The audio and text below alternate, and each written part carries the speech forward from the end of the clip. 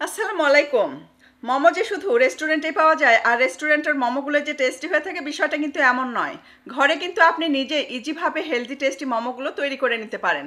মোমো তৈরি করার জন্য যে টেস্টি ফিলিং সেই ফিলিংটা তৈরি করে দেখাবো। সেই সাথে মোমোর ডিজাইনগুলো দেখাবো আর মোমো তৈরি করার জন্য A to Z টিপস সহ আজকের রেসিপি শেয়ার করব। আশা করছি আজকের এই ভিডিওটি অনেক ভালো লাগবে। টেস্টি ফিলিং তৈরি করার জন্য ফুটন্ত গরম পানিতে দিয়ে দিচ্ছি লবণ। আজকের ডিনারটা কিন্তু মোমো দিয়ে সেরে ফেলবো, তাই বেশি করে ফিলিংটা আমি রেডি করে নিচ্ছি। দিয়ে দিচ্ছি কেটে রাখা বাঁধাকপিগুলো,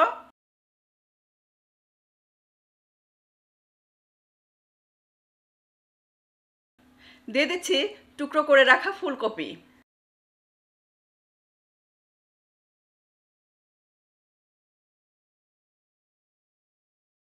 ফুলকপিগুলো কিন্তু অবশ্যই ছোট ছোট টুকরো করে নিতে হবে। ঢাকনা দিয়ে ঢেকে একদম হাই ফ্লেমে জাল দিব 2 মিনিট। 2 মিনিট পর আমি পানি ঝরিয়ে নেব।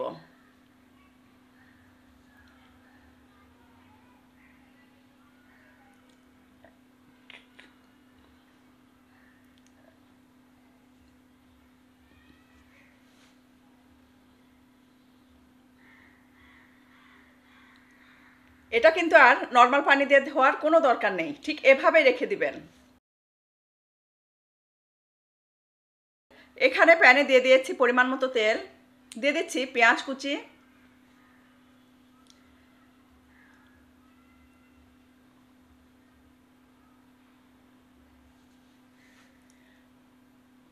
আদা কুচি আর রসুন কুচি।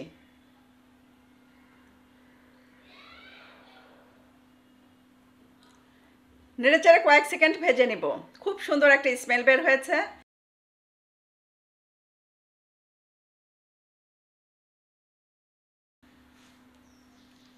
দিয়ে দিচ্ছি কাঁচামরিচ কুচি,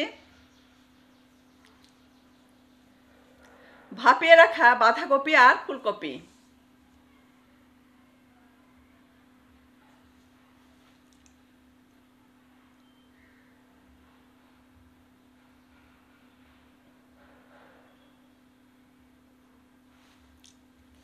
আলু গ্রেট করে রেখে দিয়েছিলাম, তারপর ধুয়ে পানি ঝরিয়ে সেটা দিয়ে দিচ্ছি।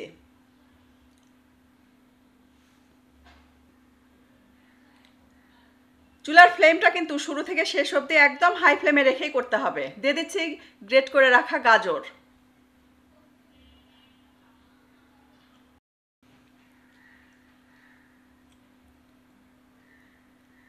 স্বাদ মতো লবণ।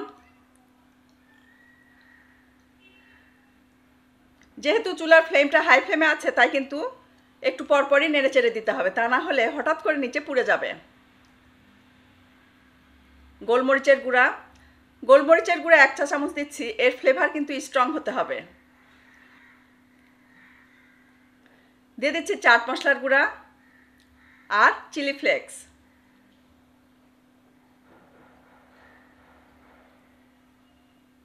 শুকনা মরিচের গুঁড়া, অবশ্যই শুকনা মরিচের গুঁড়াটা স্বাদ মতো দিবেন।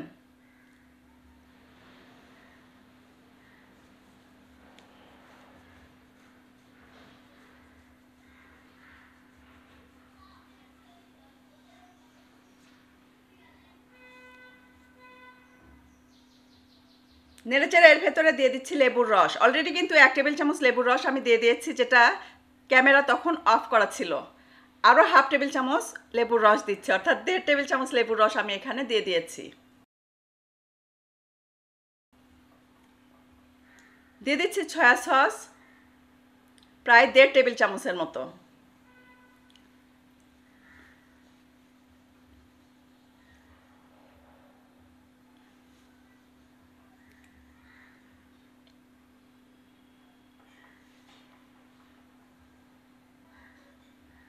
নেড়েচেড়ে খুব সুন্দর করে ভেজিটেবল কিন্তু আমি ভেজে নিয়েছি। ঠিক নামানোর আগের মুহূর্তে 3 টেবিল চামচ পানি আর 3 টেবিল চামচ কর্নফ্লাওয়ার একসাথে মিশিয়ে সেটা দিয়ে দিব। এতে করে যেটা হবে, এই ভেজিটেবলের ভেতরে একটা মাখো মাখো গ্লেজড কালার চলে আসবে।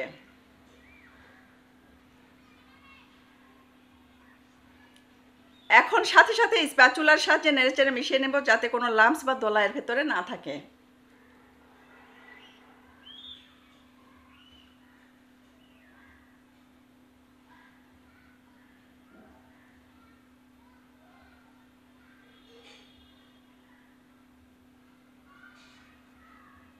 দেখতেই পাচ্ছেন মাখো মাখো একটা গ্লেজড কালার চলে এসেছে। এটা আমার রেডি হয়ে গেছে। এখন এটা একটা পাশে আমি রেখে দিচ্ছি। প্যানে দিয়ে দিচ্ছি তেল। এখানে 2টা মুরগির ডিম নিয়েছি, স্বাদ মতো লবণ দিয়ে এটাকে খুব সুন্দর করে ফেটে তারপর গরম তেলের ভিতর ছেড়ে দিচ্ছি।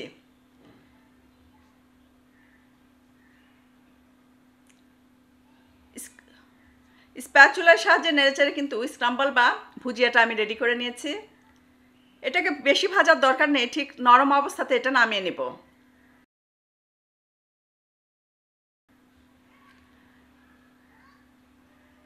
রেডি করে রাখা ভেজিটেবলের ভেতরে এটা দিয়ে দিচ্ছি।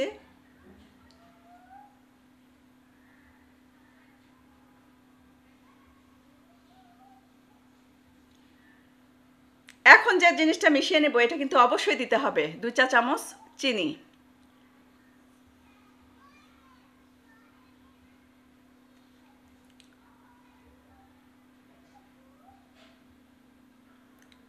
খুব সুন্দর করে মিশিয়ে নিয়েছি। মোমো তৈরি করার জন্য টেস্টি ফিলিংটা কিন্তু আমি রেডি করে নিয়েছি। সব সময় যে মোমো চিংড়ি মাছ কিংবা চিকেন দিয়ে খেতে হবে এমনটা নয়।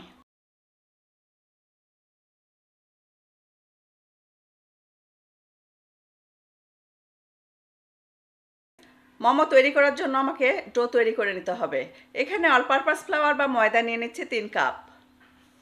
দিয়ে দিচ্ছি 1 টেবিল চামচ চিনি, 1 চা চামচ লবণ, 1 টেবিল চামচ তেল।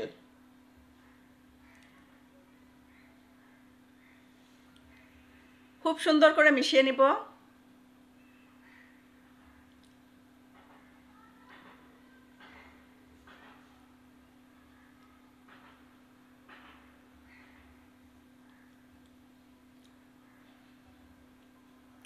অল্প অল্প করে পানি দিয়ে একটা ডো তৈরি করে নিব। এই পানিটা কিন্তু নর্মাল পানি যেটা আমরা খেয়ে থাকি।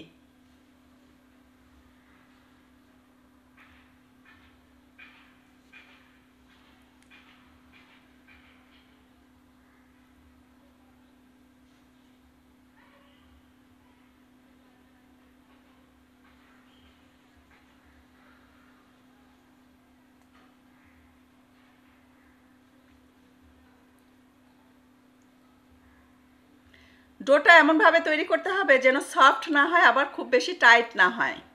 সফট হলে মোমো তৈরি করার সময় কিন্তু মোমোর ফিলিংটা ভেতরে দেওয়ার সাথে সাথে কিন্তু সেটা চুপসে যাবে, অর্থাৎ সুন্দরভাবে আপনি ডিজাইনটা তৈরি করতে পারবেন না। আবার টাইট হলেও কিন্তু ডোটা যদি টাইট হয় সেক্ষেত্রেও যেটা অসুবিধা হবে, রুটি বেলতে পারবেন না।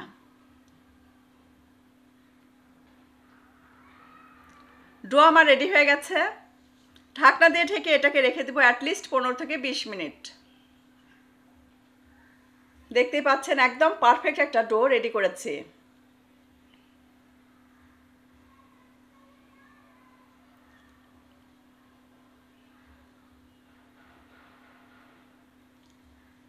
এটাকে এখন 4টা ভাগে ভাগ করব।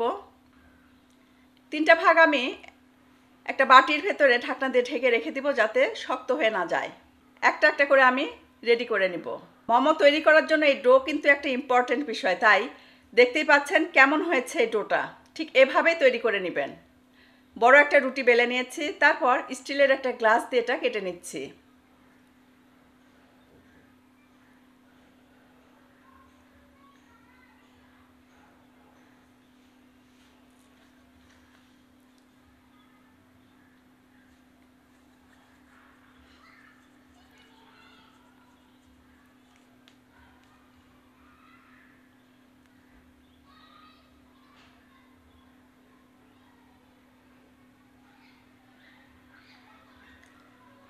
এই সবজিটা তো আগে আমি রেডি করে রেখেছি, ঠান্ডা হয়ে গেছে। এখন এটা দিয়ে আমি মোমোগুলো রেডি করে নেব।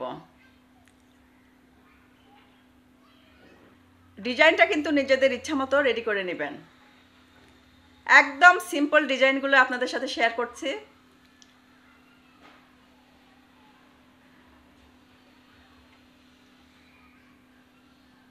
জাস্ট এটা দেখে বুঝে নিতে হবে।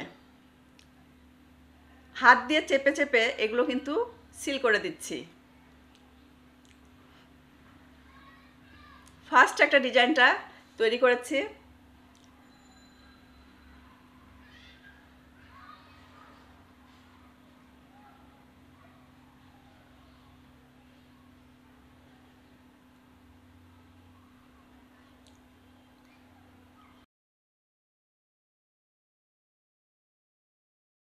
সেকেন্ড ডিজাইনটাও একদম ইজি।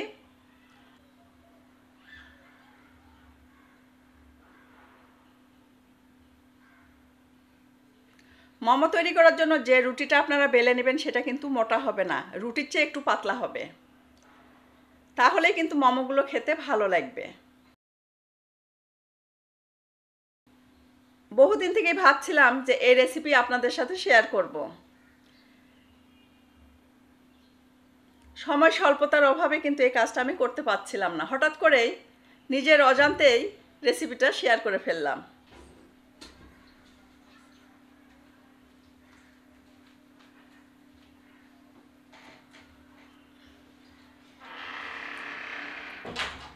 যখন আমি এই ডিজাইনগুলো করছিলাম সত্যিকার অর্থে আমার কাছে কিন্তু এই ডিজাইনগুলো করতে খুবই ভালো লাগে।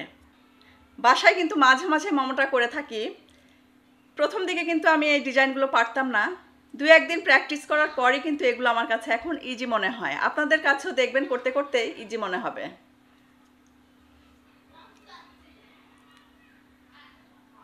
সবচেয়ে ইজি ডিজাইন হচ্ছে কুলি পিঠার ডিজাইন, যেটা সবাই করতে পারে।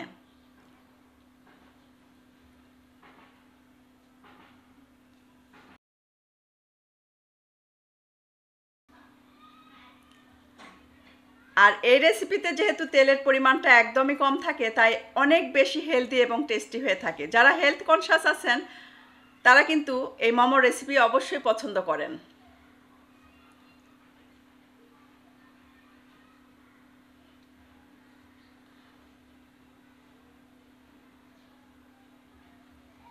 তবে যে ভেজিটেবলটা আমি রেডি করেছি, অর্থাৎ মোমোর জন্য যে ফিলিংটা আমি রেডি করেছি, এটা কিন্তু খালি মুখে খেতেও অনেক বেশি ভালো লাগে।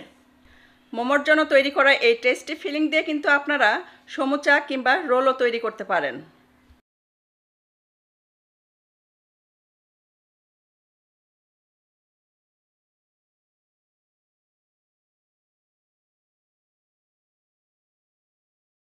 বাসায় মোমো বানানোর কথা থাকলে ছেলেমেয়েরা খুশিতে আত্মহারা হয়ে যায়। আর আমার কাছেও ভালো লাগে, কারণ মোমোর রেসিপিতে কিন্তু তেলের পরিমাণটা একদম কম থাকে, সেই সাথে তেল দিয়ে ভাজারও দরকার হয় না, আর হজম হয় খুব সহজেই।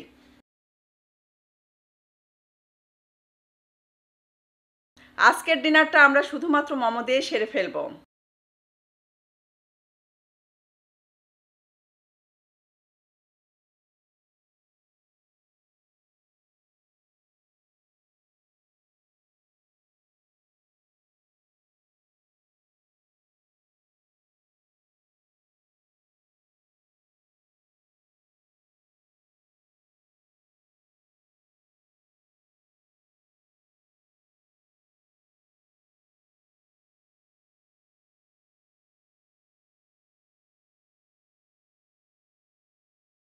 মোমো স্টিম করার জন্য অবশ্যই কিন্তু এখানে তেল ব্রাশ করে নিতে হবে, তা না হলে কিন্তু মোমোগুলো উঠাতে গেলে ভেঙে যাবে। মোমো স্টিম করার জন্য এখানে ফুটন্ত গরম পানির হাঁড়ির উপরে কিন্তু এটা আমি বসে দিয়েছি, রাইস কুকারের ভেতরে যেটা থাকে আর কি। তারপর মোমোগুলো বসিয়ে দিয়ে ঢাকনা দিয়ে ঢেকে হাই ফ্লেমে রেখে দিয়েছিলাম প্রায় 10 থেকে 12 মিনিট।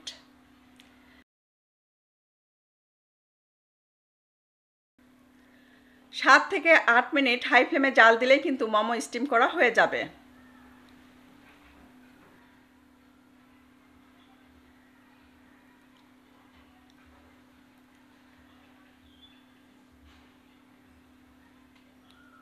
মোমোগুলো কখনোই কিন্তু ঠান্ডা অবস্থায় খেতে যাবেন না, কারণ একদম গরম গরম মোমো খেতেই কিন্তু ভালো লাগে আর সফট থাকে। যখন মোমোগুলো ঠান্ডা হয়ে যাবে তখন কিন্তু এগুলো শক্ত হয়ে যাবে আর খেতেও তেমন ভালো লাগবে না। তাই খাওয়ার ঠিক আগের মুহূর্তেই কিন্তু আপনারা মোমোটা রেডি করে নেবেন, অর্থাৎ মোমো পুর দিয়ে বানিয়ে সাথে সাথে স্টিম করে সাথে সাথে খেয়ে নেবেন। তবে চাইলে কিন্তু আপনারা বেশি করে মোমো বানিয়ে ডিপ ফ্রিজে ডিপ করে রেখে দিতে পারেন। প্রথমবারে যতগুলো স্টিম করেছি ততগুলো আপনাদের সাথে শেয়ার করলাম, পরবর্তীতে কিন্তু আরও 3 বার আমি এভাবে স্টিম করে নিয়েছি।